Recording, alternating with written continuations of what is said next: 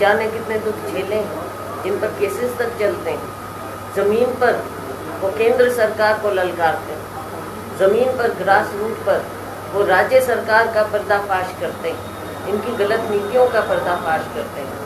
आज उनको भिड़ाने का समय था क्या? और क्यों भिड़े? क्योंकि उनको लगा कि उनकी सुनवाई और निष्पक्षता नहीं नजर आएगी। पर्यवेक्षक खुद किस तरह की बातें करते हैं, एक पक्ष की बात की जाती है तो निष्पक्षता कहाँ है? कार्यकर्ता का रोष स्वाभाविक है और यही बात लेकर हम अपने राष्ट्रीय अध्यक्ष जी से मिले, उनके सामने बात रखी। पूरी बात मैं नहीं बताना चाहूँगी क्योंकि वो पार्टी के लेवल की बात होती है, वो हमको बाहर नहीं करनी चाहिए। लेकिन जो ज़मीन पर हुआ, जो सबने देखा, आजकल सोशल मीडिया बहुत है, मीडिया बहुत है, बातें सामने आती हैं, छिपती नहीं है। जो बातें सामने आई हैं उनके आधार पर मैं कह सकती हूँ। अपने हिसार में भी आपने देखा, मेरा गृह जिला है, आपस की खींचतान कब नहीं होती पार्टी, वो अलग बात है। लेकिन इस तरह से कुछ लोगों को बिल्कुल बाहर किया जाए, उनकी सुनवाई ना हो, पहले ही आप अपना रुख दिखा दें। और ये रुख आपने तब दिखा दिया जब प्रभारी और ये पर्यवेक्षक जिस तरह से 4-5 लोगों को छोड़कर आप बताइए कोई निष्पक्ष नजर आया आपको उसमें? जो भी प्रभारी और पर्यवेक्षक बनाए और जो बाहर के जिनसे उम्मीद थी, जो हमारे मेन प्रभारी जी हैं, उन्होंने बाहर से उनको पर्यवेक्षक बनाया, स्टेट के नहीं थे, जो बाहर के पर्यवेक्षक, वो भी एक तरफा बातें करते दिख रहे हैं वीडियोस में। उनकी तो वीडियो बन गई, बाकियों की कईयों की बनी नहीं होगी। इसी कड़ी में मेरा सवाल है, जो बाहर से पर्यवेक्षक आए उनकी खुद की वीडियो भी वायरल हुई कि हम भूपेंद्र सिंह हुड्डा को मुख्यमंत्री बनाने आए हैं, लेकिन हम पता नहीं उनको किसने ये बात कही है। लेकिन हम SRK की बात की, फिर हुड्डा से अलग जितने भी नेता है उनके कार्यकर्ता ये कह रहे हैं कि अनदेखी की जा रही है। लेकिन जो भूपेंद्र हुड्डा खुद है, उनके जितने नेता है वो सारे कह रहे हैं कि जो सही प्रक्रिया है उसके हिसाब से संक्रमण रहा है। आप इस छत्तीसगढ़ के प्रभारी हैं, क्या ये प्रक्रिया ठीक है? देखो, ये जो हमारे प्रभारी जी हैं उन्होंने क्या सोचकर किया, हम भी प्रभारी हैं और पहले से भी हमने बहुत राज्यों में काम किया है, इस तरह का काम तो हमने कभी नहीं देखा। बाकी उन्होंने अपनी समझ से, अपने विवेक से जो भी वो काम कर रहे हैं, और उसका अगर नतीजा मीडिया में, सोशल मीडिया में इस तरह से धज्जियाँ उड़े तो ये क्या अच्छी बात है? मैडम, आप जनता के बीच जा रहे हो, आपको कैसे शिकायतें मिल रही? जनता के बीच तो हम हमेशा जाते हैं और जाते रहेंगे। प्रभारी हूँ मैं छत्तीसगढ़ की, मुझे काम सौंपा है, मेरा प्रयास है कि वहाँ पर पूरी जिम्मेवारी से और सबको साथ लेकर हम काम करें। हरियाणा में, क्योंकि हरियाणा की हूँ, जड़ें यहीं की हैं, हरियाणा की बेटी हूँ और रहूँगी, तो यहाँ लोगों में जाना हमारा कर्तव्य है, हमारा धर्म है। लोगों की आवाज़ को उठाना हमारा धर्म है और उस धर्म को मैं हमेशा निभाऊंगी।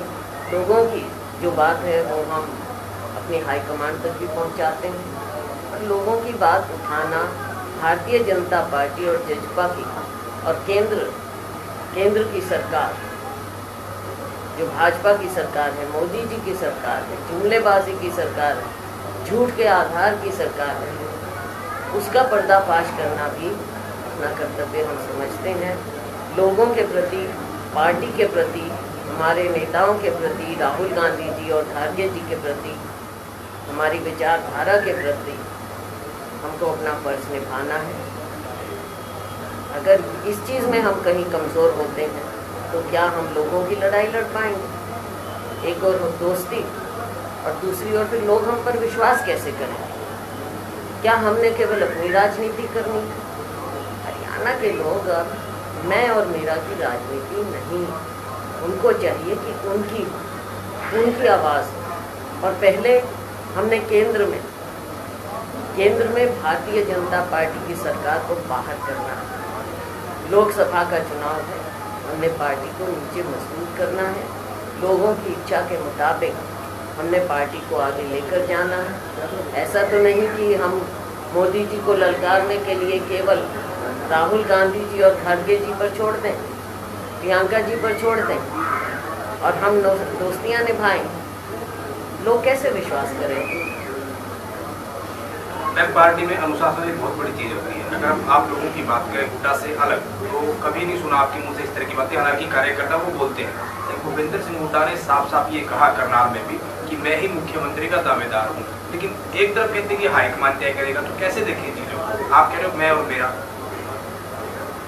मैं अपने लिए बोल सकती हूँ, मैंने हमेशा कहा है और मेरा विश्वास है, क्योंकि पूरे विश्वास से, और आप सब जानते हैं सच्चे कांग्रेसी हैं, एक दिन के लिए भी मैंने या मेरे परिवार ने कभी कांग्रेस नहीं छोड़ी। चाहे कितना ही मुश्किल समय आया हो, 77 का समय आया हो, उसके बाद का समय आया हो, कभी भी। और ना हमने कभी बात की कि पार्टी से हम अलग हो सकते हैं। लोग करते होंगे, ना हमने की, ना हमने ऐसा कभी किया और ना कभी करेंगे, ना कभी हम सोच सकते। तो पार्टी के सच्चे सिपाही हैं हम, और आखिरी दम तक हम पार्टी के सच्चे सिपाही बने। पार्टी का झंडा उठाया है और पार्टी के झंडे में ही हम जाएंगे। पार्टी का काम हमें करना है। अगर मैं बेसिकली अगला सवाल है मेरा, अगर हम हरियाणा कांग्रेस की बात करें, जितने बड़े बड़े नेता, राविंदर जीत की बात करें, चौधरी वीरेंद्र सिंह की बात करें, कुलदीप बिश्नोई की बात करें, और भी बहुत सारे नाम हैं, और हम अशोक तंवर की बात करें, आप भी अध्यक्ष रहे, ये तमाम नेता जो है वो कहीं ना कहीं या तो परेशान रहे या फिर परेशान होकर छोड़कर चले गए। हालांकि कारण अलग अलग बताए गए, आपकी तरफ से भी हाईकमान को समय समय शिकायतें की गई। ऐसे में लोकसभा और विधानसभा चुनाव बिल्कुल सिर पर है। अगर यही चलता रहा तो क्या पार्टी को फिर से बड़ा नुकसान भी हो सकता है? देखो, ये सोचने की बात है और गंभीरता से सोचने की बात है कि पार्टी में एक एक कार्यकर्ता का योगदान होता है। मैं फिर कहती हूँ, हम अपने आप को बड़ा नेता मान लेते हैं क्योंकि हमको ओहदे मिल चुके हैं, तो हम एक लेवल पर आ गए। लेकिन कार्यकर्ता जिसको हमने, जो सच्चा कार्यकर्ता है, इन दोनों सरकारों से आज से नहीं लड़ता रहा है। पहले नहीं, लोग आते हैं पार्टी में, आते जाते हैं, वो बात वो नहीं। लेकिन जो निष्ठावान कार्यकर्ता है, जो काम करता रहा है, वो उम्मीद रख रहा है, वो देख रहा है कि ये लड़ाई जो हम नीचे लड़ते रहे हैं, अब हम उसको अंजाम तक लेकर जाएं। आगे समय आएगा, लोकसभा का चुनाव है, विधानसभा का चुनाव, उसमें हमको काम करना है। क्यों मजबूर, कुछ लोग मजबूर में गए, कुछ लोग मजबूरी में गए, कुछ लोग किसी और कारण से गए होंगे, कुछ उनकी उम्मीदें होंगी कहीं और से, तो वो बात, उस बात पे हम क्या करें। लेकिन कुछ तो कारण रहा कि पिछले इतने समय में हम चंद लोगों को छोड़कर, बहुत से लोग पार्टी छोड़कर गए। अलग अलग कारण हैं, मजबूरी में कौन गए वो भी सबको पता है। वैसे मैम, आप लोकसभा चुनाव लड़ते रहे हैं, अगर हम 2024 की बात करें आगामी विधानसभा चुनाव, क्या आप लड़ेंगे? क्योंकि आपका पैतृक गाँव भी बरकुवाला है, जो कि पुराना विधानसभा के अंतर्गत आता है। क्या आपको पुराना से अगर चुनाव? देखो, मेरा पैतृक गाँव, मेरा नानका, सब कुछ हिसार में है। हिसार में मेरे ये हमारे माँ बाप का ये घर है, तो हिसार तो हमारा घर है। लेकिन पूरे हरियाणा ने मुझे प्यार दिया है। मैं बेशक 28 साल प्रदेश अध्यक्ष रही। पूरे हरियाणा में हम घूमे, हर जगह कार्यकर्ताओं ने, और आज तक जो निष्ठावान कार्यकर्ता हैं, हम उन्हीं की आवाज़ उठाते हैं। पूरे प्रदेश में हमारे निष्ठावान कार्यकर्ता हैं जिन्होंने मुझे आदर, मान, इज्जत दिया, प्यार दिया, और मैंने भी दी, इसीलिए वो हमारे साथ खड़े हैं। रही बात चुनावों की, देखो, लोकसभा चुनाव मैंने पहले भी लड़े हैं और आगे हाईकमान फैसला करेगी तो लोकसभा चुनाव भी लड़ेंगे।